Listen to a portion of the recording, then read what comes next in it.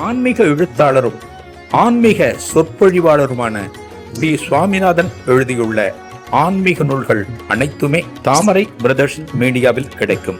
மகாபிரிவா தொகுதிகள் தமிழிலும், மகாபிரிவா தொகுதிகள் ஆங்கிலத்திலும் இவர் எழுதியுள்ள நூல்கள் பல்லாயிரக்கணக்கான வாசகர்களிடையே பெரும் வரவேற்பை பெற்றது. இவற்றை தவிர திருப்பதி சரணம் உட்பட ஏராளமான ஆன்மீக நூல்கள் தாமரை பிரதர்ஸ் மீடியாவில் கிடைக்கும். ஸ்ரீ குருபியோ நமக. ஓம் காஞ்சிவாசாய வித்மகே சாந்தரூபாய திமகி தனுஷ் சந்திரசேகரேந்திர பிரச்சோதியாத். எல்லாருக்கும் நமஸ்காரம். மகாபிரிவா மகிமை அனுபவத்தில் பெரியவா ஒரு யாத்திரை போயிட்டு இருக்கான்னு பார்த்தோம். பெல்காம்லேருந்து வனசங்கரிங்கிற இடத்துக்கு நடந்து போயிட்டு இருக்க. ஏத்தாப்புல ஒரு அன்பர் வர, பெரியவா பக்தர்னு புரியுறது தொண்டர்களுக்கு. பெரியவா கிட்ட வந்தோன்னு பரவசத்தோடு கண்டத்துல போட்டு நமஸ்காரம் பண்றார். எழுந்து நிற்கிற பெரியவாளை பார்த்து கையெடுத்து கும்பிடுற. யாத்திரை பண்ணி நின்று போச்சு. பெரியவா நிற்கிற. இவ்வளவு தூரம் ஓடி வந்து நமஸ்காரம் பண்றேன். இவன் யாரா இருக்கும்? பெரியவா அவரை பார்த்துட்டு, யார்ப்பா நீ இங்க இருந்து வர? ஏன்னா அது கிராமம், அது குக்கிராமம். அது பெரியவா அந்த கடந்துட்டு இருக்கிற இடம் குக்கிராமம். ஒருத்தர் ஒரு இடத்துல இருக்காருன்னா, நான் வந்து பெல்காம் பஸ் ஸ்டாண்டு பக்கத்துல இருக்கேன் அப்படின்னா பெல்காம் பஸ் ஸ்டாண்டு கிட்ட போய் கண்டுபிடிச்சிடலாம். பெல்காம் ரயில்வே ஸ்டேஷன் கிட்ட இருக்கா கண்டுபிடிச்சிடலாம்.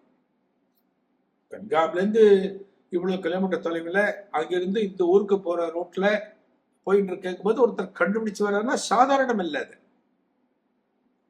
இந்த அன்பர் சென்னையில இருந்து வந்திருக்கார். இங்க இருந்து சென்னையில இருந்து மகாபிரிவால தரிசனம் பண்ணணுங்கிறது வந்திருக்கேன். சரி, ஏன் அவ்வளவு சீக்கிரமா தரிசனம்? சீக்கிரம் இல்ல, ஏன் அவ்வளவு அவசரமா தரிசனம்? பெரிய தானே ஒரு ஊர்ல இருக்கும்போது நிதானமா ஒரு பிளான் பண்ணி போகலாமே. ஏன் உடனே வர? இந்த குக்கிராமத்துக்கு வர. பெரியவா எங்க இருக்கார், எங்க போறார், எல்லாவற்றையும் விசாரித்து தெரிந்து கொண்டு இந்த ஊருக்கு வந்திருக்க. விசாரிச்சுட்டு தெரிஞ்சுட்டு வந்திருக்க. பெரியவாளை பிடிச்சிட்ட. இந்த ஊர்ல பெரியவா இருக்காருங்கிறத கரெக்டா வந்து பிடிச்சிட்ட. இவருக்கு என்னன்னா ஒரு குழப்பம், ஏதோ பிரச்சனை. இந்த காலத்துல பார்த்தேன்னா இதான குடும்பத்துல ஒரு ஒரு குழப்பம், ஒரு பதில் வேணும், ஒரு தீர்மானம் கிடைக்கல, ஒரு முடிவெடுக்க முடியல அப்படின்னா பெரியவாட்ட போடுவோம். இன்னைக்கெல்லாம் நம்ம கிட்ட பக்தி குறைச்சிருக்கு.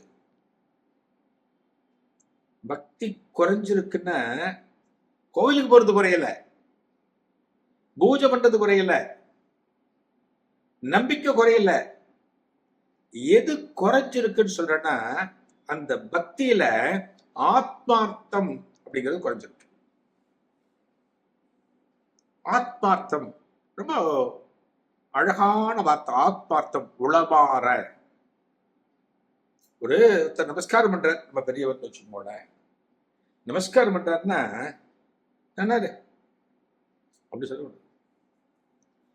பை ஹார்ட் சேமமா இருக்கணும்பா, நீ நன்னா இருக்கணும்பா, பல வருஷம் வாழணும்பா அப்படி சொல்லணும். அதுக்கு பேர் ஆத்மார்த்தம். நல்லா இருக்கணும், சேமமா இருக்கு, எல்லாம் கிடைக்கட்டும், அது வாழ்த்தல். இப்படி சொல்லணும் ஆத்மார்த்தம். அதுக்கும் பலன் உண்டு வச்சுக்கணும். எல்லாத்துக்கும் பலன் உண்டு. நினைச்சாலே நல்லது நடக்கும்னு சொல்றோம். ஒருத்தர் நன்னா இருக்கும் நீங்க நினைச்சாலே நன்னா இருக்க முடியும். இருந்தாலும் இந்த ஆத்மார்த்தம் நமக்கு குறைஞ்சிருக்கு. ஒரு கோவில் சம்பந்தமான ஒரு வழிபாட்டுல, ஒரு பூஜையில நம்ம கலந்துக்கிறோம் அப்படின்னா நம்மளோட சிரத்தை குறையிறது. சீக்கிரம் எப்ப கிளம்பவும் தெரியலையே, எப்ப பூஜை முடிப்பான்னு தெரியலையே, பூஜை முடிச்சு சாப்பாடு போடுவாள்ல, நமக்கு இடம் கிடைக்குமா, இதெல்லாம் பூஜையை தவிர மற்ற விஷயத்துல நம்ம கவனம் போயிட்டே இருக்கு. இவர் பாருங்க, யார் இந்த சென்னையில இருந்திருக்கார், தேடி வந்திருக்கார். ஒரு இடமா சுத்தி பார்த்துட்டு பெரியவா இந்த ஊர்ல இருக்காரு, இந்த ஊர்ல இருக்காரு, இந்த ஊர்ல இருக்காரு, விசாரிச்சு விசாரிச்சு தெரிஞ்சுட்டு இந்த இடத்துக்கு வந்து பெரியவாள் பிடிச்சிட்டார். அப்படி பெரியவாளை பிடிச்சதுனால அவருக்கு ஆனந்தம். அவர் ஏதோ ஒரு குழப்பத்துல பெரியவா ஆசீர்வாதத்துக்காக வந்திருக்க. அது பெரியவாளை பார்த்த உடனே அது ஆசீர்வாதம் அவருக்கு பரிபூர்ணமா கிடைச்சிடுது. பெரியவா கிடைச்சு அப்பதான் யாருன்னு கேட்க, யார் பண்ணி என்ன அவரை பத்தி சொல்றேன், தன்னை பத்தி சொல்றேன். இதான் பெரிய விஷயம், இதுக்குதான் வந்திருக்கேன், இதுக்குதான் வந்திருக்கேன் அப்படிங்க. அந்த இடத்துல எங்க நடு ரோட்ல ஆசீர்வாதங்கிறது எங்க கிடைக்கும் சொல்ல முடியாது. பிரதோஷமாமா பெரியவா யாத்திரையில போயிட்டு இருக்காருன்னா நடு ரோட்ல பாக்குறாருன்னா டகாலும் நடு ரோட்ல விழுந்து அங்க பிரதட்சணம் பண்ணுவார். பெரியவாள் அங்க பிரதட்சணம். நான் சொன்ன பத்தில இங்க எல்லாம் விழுந்தா நம்ம ஒயிட் ஷர்ட்டுக்கு அழுக்காயிடும், வேஷ்டியில அழுக்கு, அதெல்லாம் பார்க்க தண்டன் எடுதல் சந்தர்ப்பத்துல டக்குன்னு வரும். டக்குன்னு பண்ணிட்டு இவர் கையை கூப்பிட்டு நிக்கிற பெரியவருக்கு நடு ரோட்ல அவற்றெல்லாம் பேசிட்டு அவருக்கு என்ன கஷ்டம் எல்லாம் கேட்டுட்டு அவருக்கு ஆறுதலா 2 வார்த்தை. இன்னைக்கு மனுஷா நமக்கெல்லாம் என்ன வேணும் அப்படின்னா, காசு பணமான காசு பணம் எல்லாருக்குமே வேணும். அதை தாண்டி ஆறுதலா 4 வார்த்தை. ஒருத்தன் கஷ்டப்படுறானா, உங்களால பணம் கொடுத்து உதவ முடியலையா, அவங்க கிட்ட போயிட்டு பா ஒன்றும் கவலைப்படாதப்பா, இது எல்லாருக்கும் வரும்ப்பா இந்த கஷ்டம். நான் எனக்கு கூட பாரு ஒரு 10 வருஷத்துக்கு முன்னாடி உன்ன மாதிரி நான் கஷ்டப்பட்டேன், அதை தாண்டி தான் நான் வந்திருக்கேன்.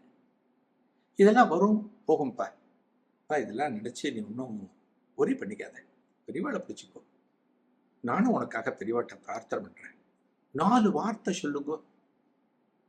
இது போல 4 வார்த்தை ஆதரவை சொல்லுங்க, உனக்கு கொஞ்சம் தெம்பு வரும். என்னதான் நீங்க பணம் காசு கொடுத்து உதவலன்னா கூட நாம் சொல்கிற ஆறுதல் வார்த்தைகள் ஒருத்தருக்கு பலன்படும்.